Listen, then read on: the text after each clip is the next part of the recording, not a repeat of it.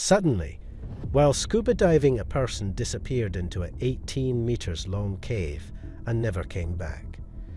Nobody knows what happened to him. Is he still alive or not? No evidence has been found yet, and his family was provided with his death certificate. Hello friends, and welcome back to another mysterious case. Today, we will be going to take a close look at the Ben McDaniel's case that shook the minds of the investigators as well. It's still a mystery where he is at the moment, alive or not. Keep on watching to know more. In 2010, in the month of August, a mysterious incident occurred. Ben McDaniel from the United States was found to be missing after a dive in the Vortex Spring. The employees of the dive shop in Vortex Spring noticed that a pickup truck had been parked in their parking area since the last 2 days. They investigated and found that it was the truck of Ben McDaniel. 2 of those workers had last seen McDaniel on the evening of August 18, on a dive entering a cave 58 feet, 18 meters, below the water's surface. McDaniel had been diving frequently at the spring while staying in his parents' nearby beach house. He was initially thought to have drowned during that dive, and his parents are still concerned that his body is in an area of the vast cave system that is inaccessible. However, no sign of him has ever been discovered. Let's take a deep look at the day when the incident occurred. Scuba diving in deep water is a fear to many people, even for the qualified divers, of going down and never coming up, and that's what happened to Mr. Ben McDaniel. Born on 15 April in 1980, following a divorce, a failed business, and the passing of his younger brother 2 years earlier, McDaniel had been taking a break from his life at his parents' beach property on the Emerald Coast. He had been a regular diver in the spring and had been diving since he was in his teens.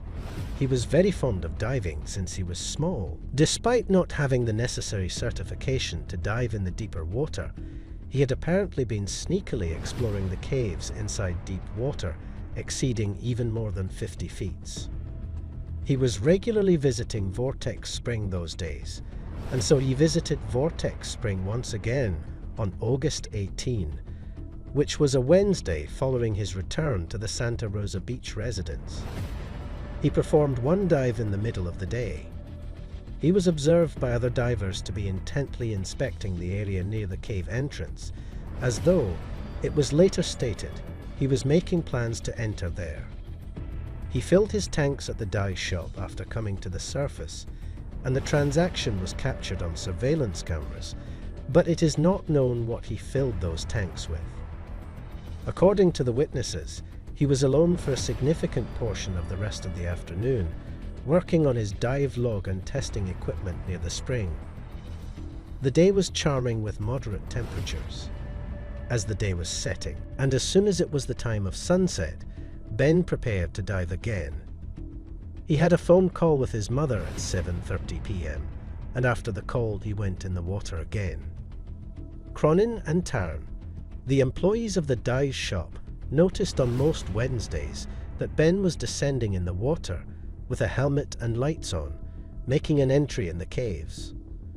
While seeing Ben enter and then return to Cronin, Taryn went down to him and unlocked the gate, something he had guessed for some time that Ben was doing.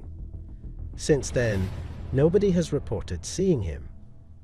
The 2 had stayed at the spring after Ben had resurfaced on a few occasions when they had observed him dive late, until they noticed bubbles on the surface, a sign that he was starting to decompress in preparation for a safe resurface.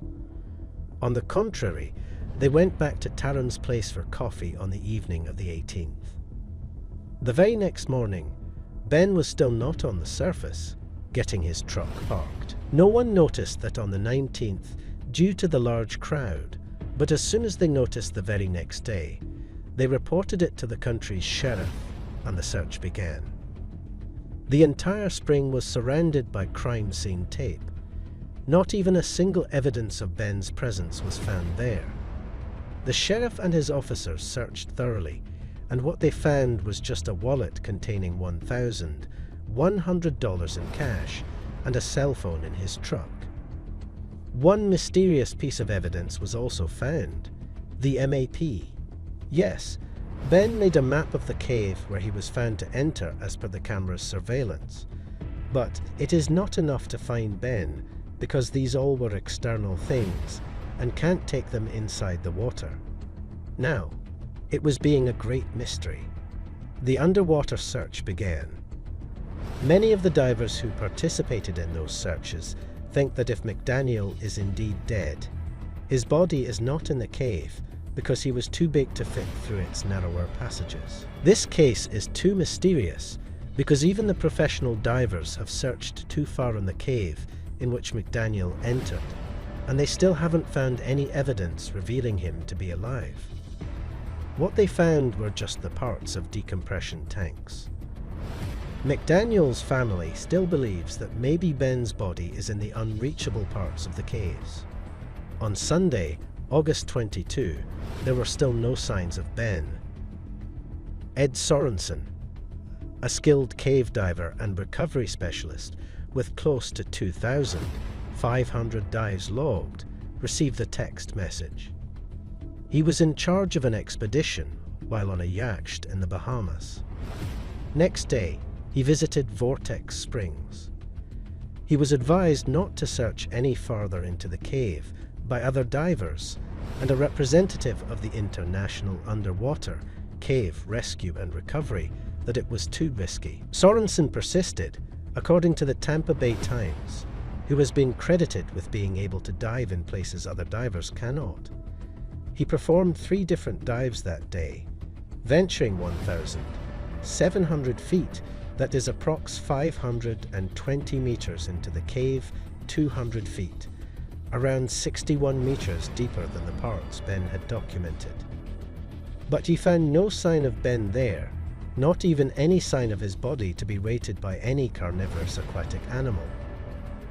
Now, the private investigator they hired was considering it to be a murder case and saying that the body had already been removed so as it would be out of the authorities' reach, or maybe he was shot dead inland, and the story was being rumoured to be as lost in the caves. You all may not believe it, but this was an incident from 2010, and the case is still open. It's not closed yet. Ben McDaniel has been lost for the last 12 years. The unsolved mystery is still under investigation, and the authorities are indicating that they may find out the real truth very soon. No one knows for how long this unsolved case will last. Well, if we see from an investigator's eye, he was probably not completely wrong, because according to the known evidence, Ben was found to be missing on 18 August, but the authorities were reported on 20 August, after 2 days. None can be said about that, because a proper investigation was held, and no one was found to be the suspect of killing Ben. Despite about where his body is, it's still a big unsolved mystery in the history. Too many attempts have been made to find his body in the water caves, but no positive signs came from that side, and so the authorities came to a decision on announcing Ben McDaniel to be dead. The government of Florida issued the death certificate of Ben McDaniel and provided that to their family members. Despite providing the death certificate to the family members, the case is still open till 2022. What do you guys think? What may have happened with Ben? Is he still alive somewhere on land hiding his identity, or maybe he is really dead? His body is still not found, and also no dangerous fish was there in the water to eat his body. So what can happen? It's still a big mystery. You guys can guess in the comments section and have a chit-chat over that. And that's all we have for today's video. Hope that you all have enjoyed watching this mysterious video, and if you did, make sure to give a like and subscribe to our channel for more mysterious cases like this one. See you guys till the next upload.